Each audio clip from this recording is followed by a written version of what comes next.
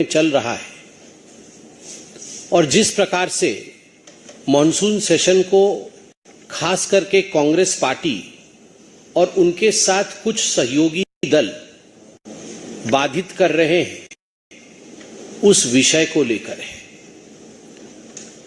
करोड़ों रुपए खर्च होते हैं एक सेशन के ऊपर।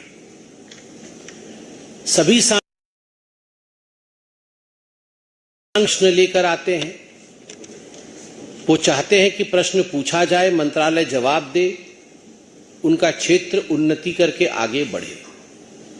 मगर जब से सदन आरंभ हुआ है, क्वेश्चन आवर पार्लियामेंट में हो नहीं रहा है। 0 आवर के लिए पार्लियामेंट में बाधाएं उत्पन्न की जा रही है। लगभग किसी बिल पे चर्चा नहीं हो रही है। इसके पीछे का कारण आपने कांग्रेस के और कांग्रेस के कुछ इंडिया अलायंस के दलों के व्यवहार को देखा है।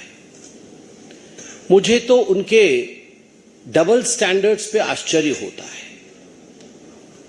कल हमने दोपहर में टीवी में देखा कि मल्लिकार्जुन खड़गे जो राष्ट्रीय अध्यक्ष हैं कांग्रेस पार्टी के, उनके बेटे प्रियंक खड़गे जी ने कर्नाटक में हुए पेपर लीक के ऊपर पुलिस कांस्टेबल भर्ती, उसमें जो घोटाला हुआ, उसपे जो अनियमितताएं हुई हैं, गड़बड़ियां हुई हैं, उसको लेकर जब छात्रों ने आंदोलन किया और मीडिया के बंधुओं ने प्रियंक खड़गे जी से पूछा कि क्या आप इसकी जिम्मेदारी लेंगे, क्योंकि आप गृह मंत्री हैं और आपके अंतर्गत ये सब कुछ हो रहा है, तो बड़े अहंकार से प्रियंक खड़गे जी ने कहा कि ठीक है, पहले छात्रों को 25 दिन उपवास करने दो, 25 दिन का हंगर स्ट्राइक करने दो, फिर हम लाठीचार्ज करेंगे और उसके बाद मैं अपने रेजिग्नेशन के विषय में चिंता करूंगा। और इस पर अभी तक राहुल गांधी जी की चुप्पी है और मैं दावे के साथ कहना चाहूंगा कि आज भी वो पार्लियामेंट शायद चलने नहीं देंगे। मगर यह जो डबल स्टैंडर्ड्स है कांग्रेस पार्टी का, मल्लिकार्जुन खड़गे जी राज्यसभा में खड़े होकर उन्होंने घंटों भाषण दिया। अच्छी बात है, कम से कम चर्चा तो हुई। मगर जब उसी विषय पे जब उनके सुपुत्र कर्नाटक में इस प्रकार का बयान देते हैं जो कि इनसेंसिटिव है, अमानवीय है, उस पर मल्लिकार्जुन खड़गे जी और कांग्रेस पार्टी, राहुल जी पूरी तरह से चुप है। आप देखिए, झारखंड में प्रत्येक दिन सोशल मीडिया के माध्यम से हजारों लाखों छात्र किस प्रकार से आंदोलन में हैं, वो आंदोलन कर रहे हैं, यह हम देख रहे हैं।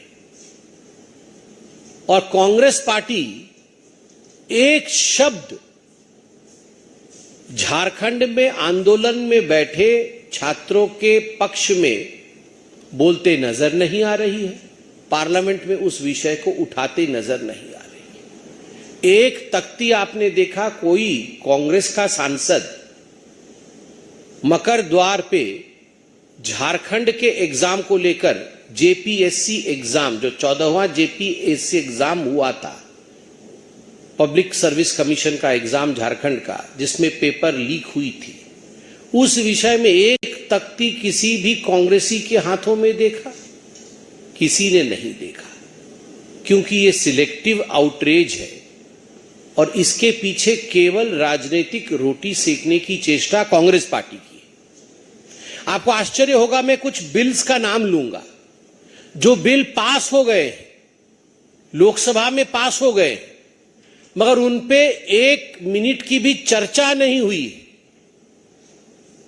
पास होना अनिवार्य था क्योंकि जनता का कार्य है, चर्चा नहीं हुई। जनता अनभिज्ञ है कि इन बिलों में क्या है,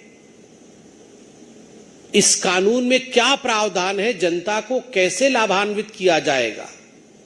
कल ही मैं सदन में मौजूद था, वोटिंग होके पास हुआ the supreme court number of जजेस अमेंडमेंट बिल 2026। सुप्रीम कोर्ट के नंबर ऑफ जजेस को लेकर जो केस पेंडेंसी इत्यादि है उसे कैसे समाप्त की जाए, ये इतना बड़ा रिफॉर्म देश लेके आ रही है, उससे कोई सरोकार नहीं है कांग्रेस पार्टी को और अपोजिशन को। और हम सब, भूल जाइए कि मैं प्रवक्ता हूं भारतीय जनता पार्टी का, मगर हिंदुस्तानी तो हूं। हम सबको यह सोचना चाहिए कि आखिरकार इतने बड़े मसले पर हिंदुस्तान में वार्ता जानी चाहिए कि नहीं, लोगों को यह विषय पता होना चाहिए कि नहीं। Registration of birth and death amendment bill 2026, कितने दिनों के अंदर बर्थ और डेथ रजिस्ट्रेशन होना चाहिए, अगर नहीं होगा तो उसका परिणाम क्या होगा। जन्म और मृत्यु ये निरंतर प्रोसेस है जो देश में और विश्व में चलता रहता है। उसको लेकर नागरिक अपने अधिकारों को किस प्रकार वो प्रयोग करें, क्या नया कानून आया, एक मिनट की भी चर्चा नहीं होने दी कांग्रेस पार्टी और उनके अनुयायी दलों ने। क्या संदेश जा रहा है देश में? क्या यह विषय गंभीर है या नहीं? कल निर्मला जी मौजूद थी, मेरे सामने ही चर्चा चल रही थी, उन्होंने इंट्रोड्यूस किया the bankers book evidence bill 2026। ये कितना बड़ा रिफॉर्म है। सभी का सरोकार बैंकिंग से है, मगर बैंकिंग से सरोकार रखने वाले भारत की जनता को the banker books reform bill के बारे में कोई चर्चा सुनने को नहीं मिलती है, क्योंकि वहां हुड़दंग मचा हुआ है। और हुड़दंग भी कैसा? अगर हुड़दंग के पीछे सबके तरीके होते हैं, ऐसा नहीं है कि हम ऑपोजिशन में नहीं थे, हम ऑपोजिशन में थे। हमने भी ऑपोजिशन के नाते जो अपना दायित्व था उसका निर्वहन किया, मगर ऑपोजिशन के नाते पूरे देश के साधु संतों का अपमान करना, साधु के वेश में आना, साधु को चोर दिखाना, श्रावण के महीने में जब हजारों लाखों लोग कावड़ यात्रा में निकले हुए हैं, वैसे में आप साधुओं को चोर के रूप में दिखाना, साधुओं को घसीट घसीट के लेते हुए आप जा रहे हैं, वह भी देश के सबसे बड़े लोकतांत्रिक मंदिर के प्रांगण में। एक साधु को घसीटना, साधु को मारने की कोशिश करना, ये गांव गांव तक क्या खबर पहुंचाती है?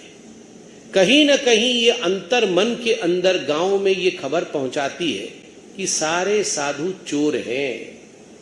जो ऐसे कपड़े पहनते हैं वो चोर हैं, जो चंदन और टीका लगाते हैं, जो त्रिपुंड लगाते हैं वो चोर हैं। चोरों को पकड़ो और उन्हें पीटो। क्या किसी भी धर्म में,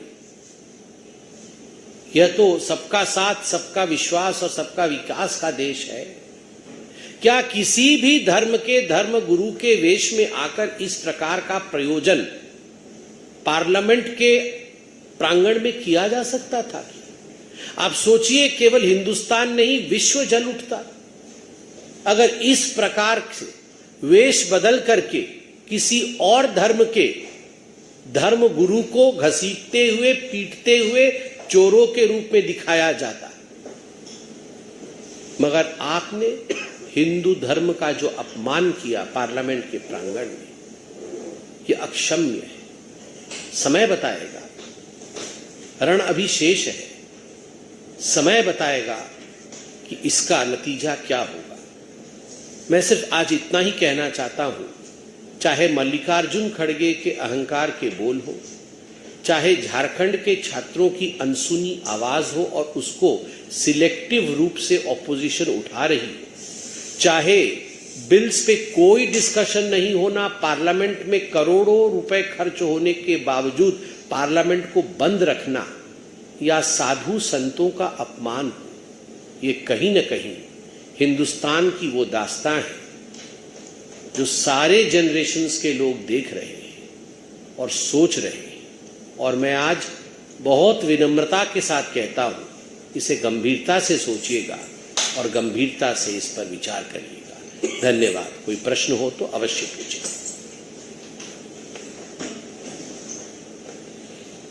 धन्यवाद।